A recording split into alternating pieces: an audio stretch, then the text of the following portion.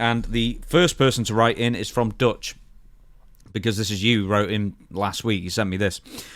You sent me a video and you said, these new kids apparently have developed impaired brain recognition deficiencies. So this is a video you sent me, so we're going to watch it together. One sec. All this for $20 and a handshake is the caption. Might as well watch it one more time. I'm going to turn it right down. So and that's barbed wire. Yeah. So for the audio listeners, what are we seeing there? Well, this guy is on the scaffold, and he's up about 20 feet. I would, and you're thinking, well, how did they get up there? Well, they fought their way to get to the top. Oh, what's going to happen when they get to the top? Well, one of them is going to end up throwing the other one off or knocking the other one off. Down below is a box springs that's exposed. And it's got barbed wire in there and a trampoline. I know, very simple. And what did I say about it? Said they're obviously lacking some sort of basic brain function. But see, this is what's happened with those things they want you to see now. They're not doing it for the fans, the overall fans' enjoyment. They're doing that strictly for the locker room. Say, guys, watch what we got today, because it's going to be up 20 feet, and one of us is going to take, the big bump to down below, and who lands in the barbed wire. Really stupid. Really, really stupid, because I don't know. I just don't. Ask me would I do it. I know you wouldn't do it. In fact, I'm not even going to ask you, because I know you wouldn't do it. I'm going to say this, right? I actually just happened upon another clip. It was from AEW from maybe 2019 or 2020, I don't know. Or 2021. It was in the early years. It was Kenny Omega and John Moxley. And even though it wasn't on a scaffold, it was off the ramp of the entrance ramp, into the exact same kind of structure. And all I could think was when whoever, Moxley, let's say, suplexes Kenny Omega, is like, why would you do that? Because you're both landing in the barbed wire at the exact same sort of velocity.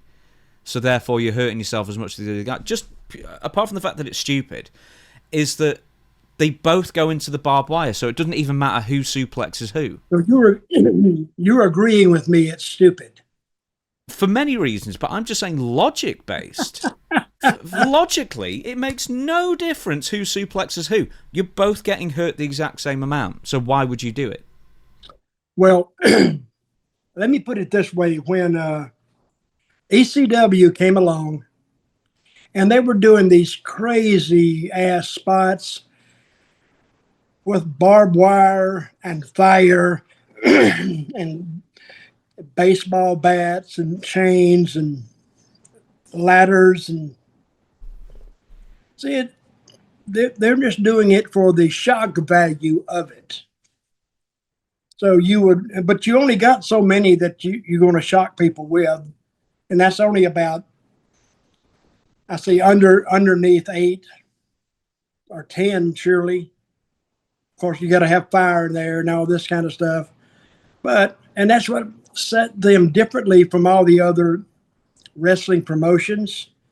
But it's, if you teach your people that are your fans, this is what you're gearing for, you're going to run through that within the first 3 or 4 months of programming on your show. And of course, I always say it's story. So if you can really kind of incorporate the story in one of those spots, yeah, you're kind of doing it right. But I think the realm of what these athletes, and I use that term loosely, that they put themselves in harm's way more than necessary, because it only takes one screw up and you're damn screwed up for life. What, for $50? Come on, guys. But they think, well, if I do this crazy, and a lot of them don't get hurt, that is true. A lot of them don't get hurt, but they've been a professional wrestler, and I got the pictures of it, and I got this, and I got that. Yeah, I think you don't need to be a brain surgeon to be a wrestler, and you damn sure have to be an idiot to do some of these spots. There is a cutoff point for that. Would you do it? Would you do it, James? No. Even if you wanted to be a wrestler? No, of course I wouldn't. Have you ever had a desire to be a wrestler? No. No, that's good. The thing is that they're so And unmemorable. I've never either. That's why I never did any wrestling. We did brawling a lot, so I mean, that's probably Oh, safer. I'm pretty good at that. I'm actually good at knocking somebody out of the ring and going after them and hitting them. I can do that pretty well. I know we say this every time, but it's like these things are so unmemorable unless they go wrong. It's like I'll forget about that by the end of the day and never remember it again. Yeah. So, like, the one I remember was when the guy was jumping off the ladder onto the door, and the guy rolled off the door, and then the door flipped onto, the thin edge. I remember that, and the reason I remember it is because it went wrong. Yeah. And he landed on it front ways. If you're going to, the doors don't break that way. I don't know. I'm not an expert on things breaking, but I didn't like that.